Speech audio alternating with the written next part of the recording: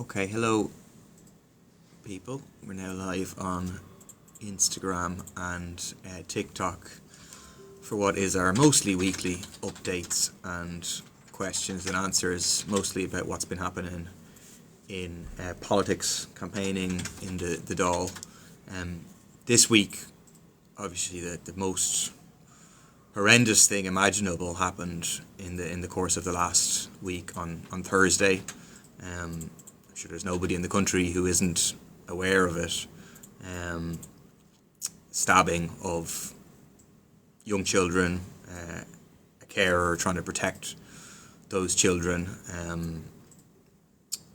At least one of those children reportedly still in an extremely serious situation in the hospital. Just the most awful, horrendous, nightmarish thing that could happen. And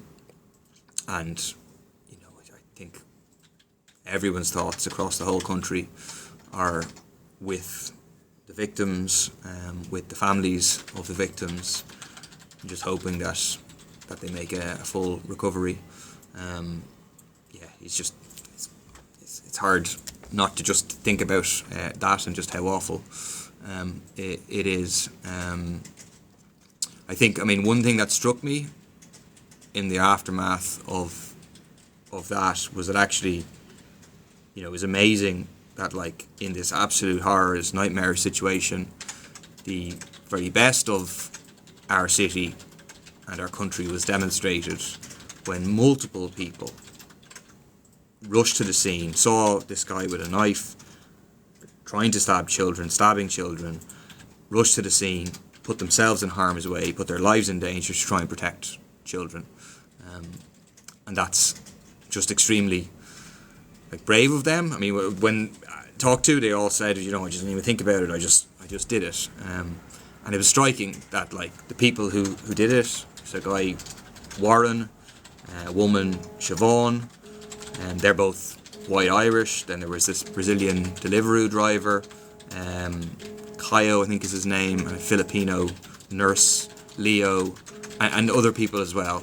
And it was that, ordinary people from different backgrounds putting themselves in harm's way to protect children. And I think it's, fair play to them. Something someone has contacted me about is to make sure, and I've already raised it with the government, is to make sure that everybody who was witnessed it, affected by it, in any way, gets all the counselling and the support that they need from the government, of course. Obviously, in the aftermath of that, and this is what's horrendous in my opinion, is that this is the time when really we all should have just been uniting around the families of the victims, doing everything we can to support them. But then there were people, conscious far-right agitators, who said, disgustingly, this is our moment, this is our chance to try and incite a riot, to try and spread hate and division. And then the consequence was the Dublin riots that we saw on Thursday night, which is obviously really awful to see that happen to our city. Lewis's buses, Garda cars burnt out across the city, people, workers from all sorts of backgrounds intimidated out of their own city, people not feeling safe now. There's been incidents in the aftermath where people from minority backgrounds being attacked, and I think the vast majority of people are utterly appalled at what happened on Thursday night in our city. I think there's a question now about what should be done about that and who is responsible. And those two questions are related. And it's clear to me that the government would like to say that what happened on Thursday night, or certainly a large part of the government, that what happened on Thursday night was about scumbags in our city who are disorderly, who are out of control, and we need a law and order approach. And taking this as an opportunity to say we need facial recognition technology and laws related to that. We need to pass the hate speech legislation using the awful things that happened on Thursday to drive through more repressive powers for the state. Things that are not necessary. I can tell the government who incited people to come into town on Thursday night. They spoke about it openly. You don't need facial recognition technology. They spoke about it openly on Twitter, on Telegram, elsewhere. They called people out. They're known far-right agitators. So it's really opportunistic and cynical by the government. It's from 2 points of view. One, it's to be seen to do something. Oh, now we need to give the guards tasers. We need to make the guards feel that they're able to use batons. We need to have facial recognition technology. We need to pass the hate speech legislation. So just to be seen to do something. But secondly, also just to use this moment to increase the repressive powers of the state. And we're absolutely opposed to that. We don't accept that their rationale of why these things happened. We think this happened because of the agitation consciously of the far-right agitators, because of the social media giants who, for profit, who boost and amplify their messages of hate, and then that, of course, happening in the context of where there are, of course, real social problems, massive housing crisis, cost of living crisis, health crisis, and then the far right are trying to blame migrants for those crises and trying to divide people. Because I don't accept that the problem is that the Gardaí didn't feel free enough to use batons. If the Gardaí felt free to use force against the Debenhams workers, against the Rossport community fighting against Shell, against anti-water charges protesters, they haven't been hesitant there whatsoever. The issue is that the state, from the very top of the Gardaí, have taken a softly approach to the far right. There was a senior guard on RTE last night who was saying that, we weren't tracking these people. The guards just found out amongst themselves and shared WhatsApp messages. Absolutely crazy, when anyone who was paying any attention to these people and what they're trying to do in our country would know immediately that it happened. And when rumours were spreading that the person who did it wasn't originally from Ireland, that they were going to take this opportunity to say this is because of migration, and then they very quickly were calling people out. So there's no need for any new laws. Incitement to riot is already against the law. Already it's the case that you're not allowed to set up checkpoints, as has happened in a Leitrim town, Dromahair, at the moment, and ask people for passports unless you're like a guard. You know what I mean? You're not legally allowed to do these things already. But the issue is the guards and the state has had a hands-off approach. They've allowed them to harass librarians. They've allowed them to harass and intimidate homeless asylum seekers. They escorted them into a library in Swords against anti-far-right protesters. They've allowed them to intimidate pharmacists. They have allowed them to go quite far, and now this is the consequence. And I was on RT about this maybe 6 weeks ago, and I said at the time, this is going to get worse, and this is what we're seeing, and it's going to get worse again. And I think it's important, we should realise that, the state isn't going to act in a very serious way against the far right. The only thing that people can do is themselves to act. People need to get involved. You look at what happened, and again, it shows who is being targeted by the far right. They aren't primarily protesting against the government or the establishment parties. If you look, the night before last, Monday night, simultaneously, they attempted to disrupt a People Before Profit meeting in Clondalkin with Gino Kenny, RTD, there, about Palestine. There was a Palestinian man from Gaza speaking. His wife had been killed in the Israeli onslaught. He's trying to get his children out, and they tried to disrupt this meeting as an attack on the Palestinian Solidarity Movement. Simultaneously, they were haranguing, going after Mary Lou MacDonald in East Wall, to targeting the opposition to the government, targeting the people who've been trying to build a movement on housing. And what it proves is these people, the far-right agitators, don't care about any of these things. If they were serious about housing, well then they would have helped us. They would have joined in the movements we've been building on the housing crisis. If they're serious about the cost of living, they would have participated in the cost of living coalition. They're not serious about these issues. They're just using these issues to divide people. So my point is we need to rely on ordinary people ourselves to fight back.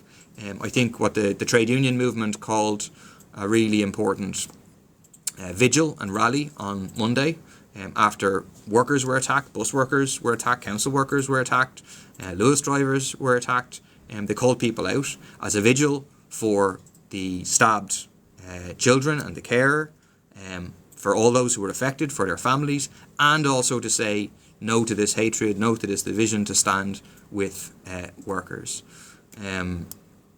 So I think that should be the start. I don't think that should be the end. I think we need to have, a major new movement to say we're united against hatred and division, whether that be a mass concert or a major rally or a demonstration or whatever. I think we need to, because I do think the vast majority of people reject the kind of hate that the far right are trying to peddle in this country. Just have a look through some of the chats.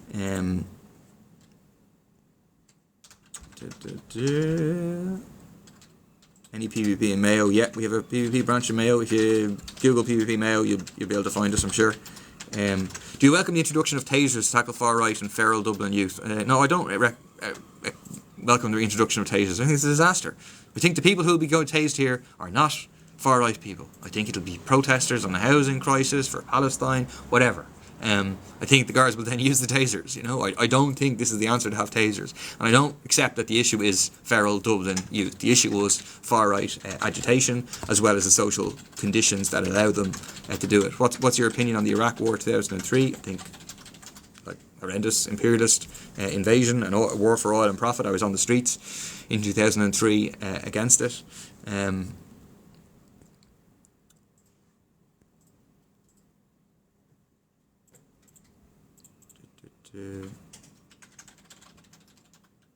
This could be a recorded video for all the interaction you were doing. Well, here you go, Roy Bill. I am interacting with your comment now. How's the Irish, says K Moo. Yeah, how's people in this country who need homes? There's enough homes for everybody.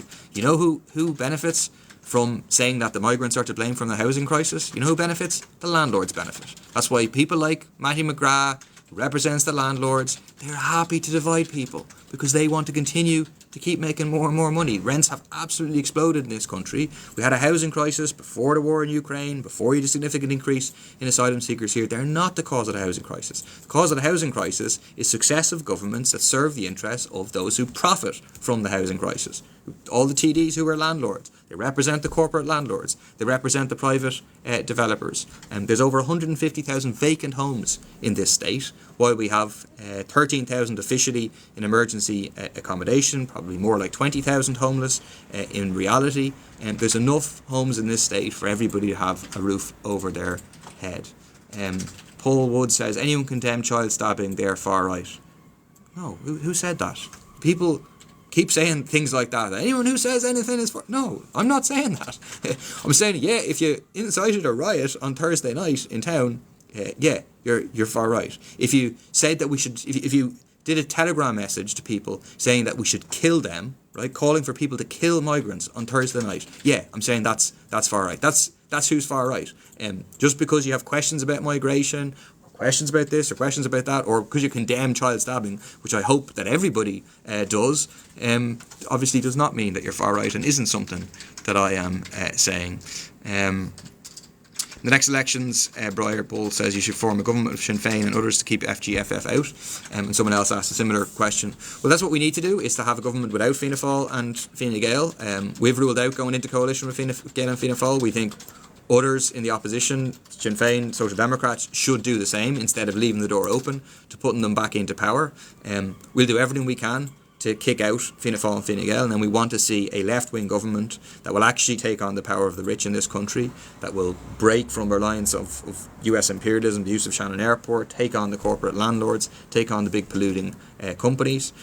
So after an election, we would say we will vote for Sinn Féin candidate for Taoiseach if there's a possibility of a government without Fianna Fáil and Fine Gael, and whether we join that government or not will depend on whether that government, whether they will agree to a programme for government that is the kind of socialist programme that will actually implement the kind of change that we need.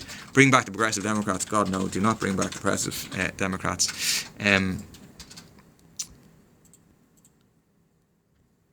Someone asked, if we vote Sinn Féin, Social Democrat, PVP, would that be a good 1, 2, 3?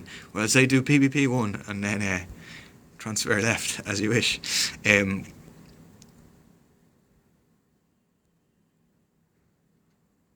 don't know about the Great Southern Hotel in Rosslare Harbour. Exactly. Positions of political leaders should be met with conflict of interest if they're also landlords. I agree. They shouldn't be voting on these. Are you a socialist? Yes, I'm a socialist. not way far right, but is there a migrant vetting system in Ireland, or is it just non-existent? There is, yeah, a vetting system in Ireland. Kids robbing a few runners are far right, Paul? No, kids robbing a few runners are not far right. Or certainly just because they rob a few runners doesn't mean that they're far right. The people who incited the riots, though, were far right. Paul is virtue signalling migrants here living off the state for over 20 years and stabbing kids. But, like, yes, it seems that the man who did, like, just for the case of a court case or whatever, suspected of stabbing the kids, was from an Algerian background, is now an Irish citizen, at least according to what's being reported. That's true. There's no indication that him being Algerian had anything to do with this attack. You look at all the violence that's been perpetrated by Irish men on women, on children in this country over the last year. And the people who caused the riot on Thursday night, they don't care about any of this. They don't care about the violence. That isn't what it's about. As far as I know, the victim is also from a migrant background, or has migrant parents.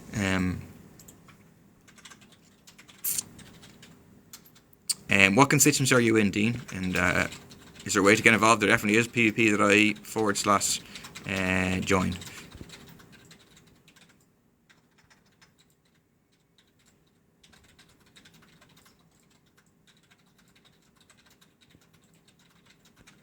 See, Eric English says, doesn't matter, he's a migrant. We can't control Irish crime by deportation, but we can migrants.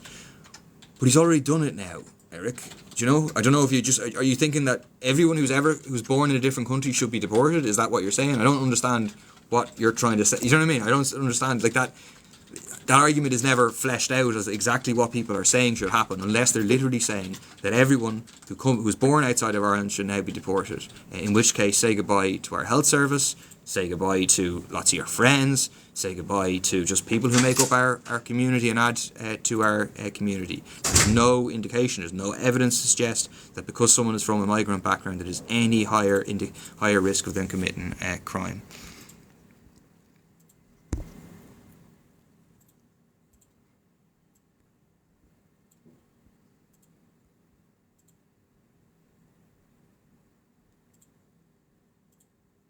The ones that have no papers. But Deborah, this guy had papers, that's my point. He was a citizen of Ireland. He absolutely had papers.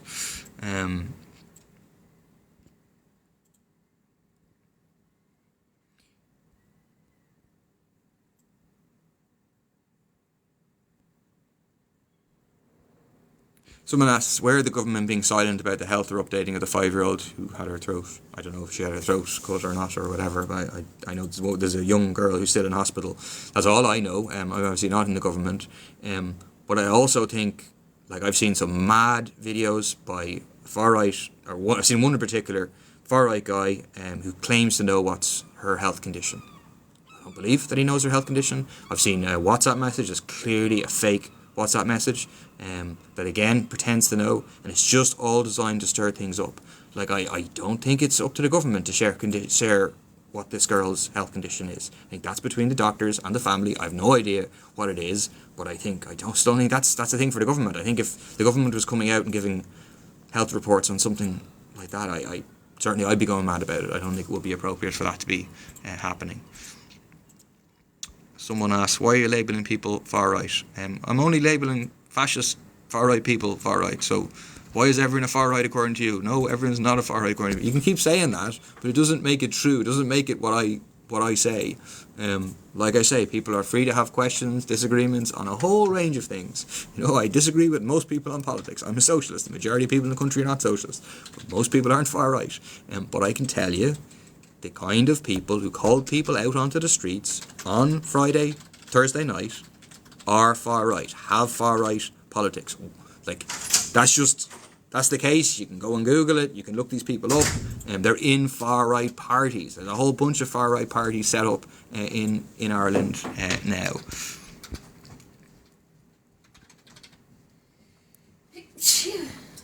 The media share everyone else's updates.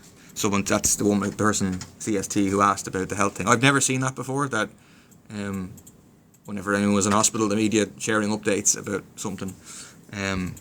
Anthony says, is there no conversation to be had about immigration? It's not racism to speak on it. It's not racism to speak on it, and I'm really happy to have a conversation about it. And like, I'm in favor. Like, people keep coming in the door and being like, we need to have a conversation about immigration. Okay, go, let's have the conversation. You're in the door. Speak. Give your opinion on immigration. And I give my opinion, which is that immigration is not the problem in this country. The problem in this country is that we have a government that represents the big landlords, the big corporations who aren't paying any tax, the big polluting companies. That's the problem. And that it distracts from that problem to say that immigrants are the problem. Because immigrants are essential in this country if we want to have a health service, if we want to build homes, and if we want to build the kind of society we want to have. So that's my opinion on it. You're entitled to a different opinion, and it doesn't make you racist, it doesn't make you far right. But like, I've no problem having that discussion.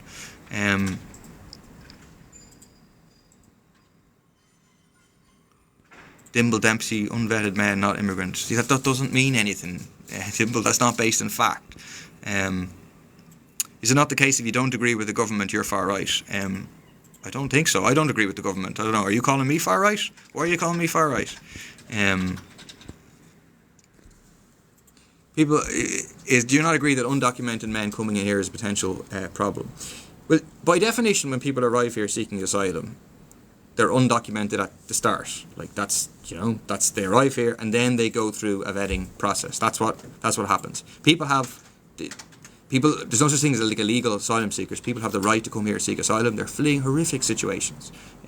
Syria, Iraq, just like war, catastrophe, dictatorships. That's what they're fleeing. That's why they're coming here, and they have the right to do so. And I think that's appropriate.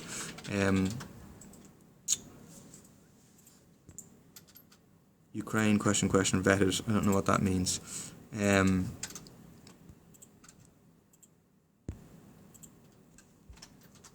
Do you have any opinion on the Shannon? I think it should be abolished. I absolutely think that the Shannon should be abolished. I think you get more and more evidence of that every day. Someone over on Instagram is asking about what are the chances of the Israeli ambassador being expelled. His government refuses to do it, really scandalously, and even the Irish ambassador was called in for a reprimand by the Israeli government the other day over something that Leo Varadkar said, which was absolutely fine. There was nothing wrong with what Leo Varadkar said, and for a rare occasion. So the idea that our ambassador's been reprimanded, not theirs, is scandalous. We should kick them out. We've had 2 votes in the Dáil now. Both times we've been defeated. Unfortunately, the government voted against it, and then the likes of Matty McGrath, one of the Healy Rays, Michael Collins, Richard Donoghue, they all voted against it as well. They've all taken the side of Israel in this conflict when they've been inflicting genocidal assault on the ordinary people in Gaza. All right, I have to run to do other work, I am afraid. I'll be back next week, and will do my best to answer any more questions that you all have. Thanks a lot for joining in. Bye bye.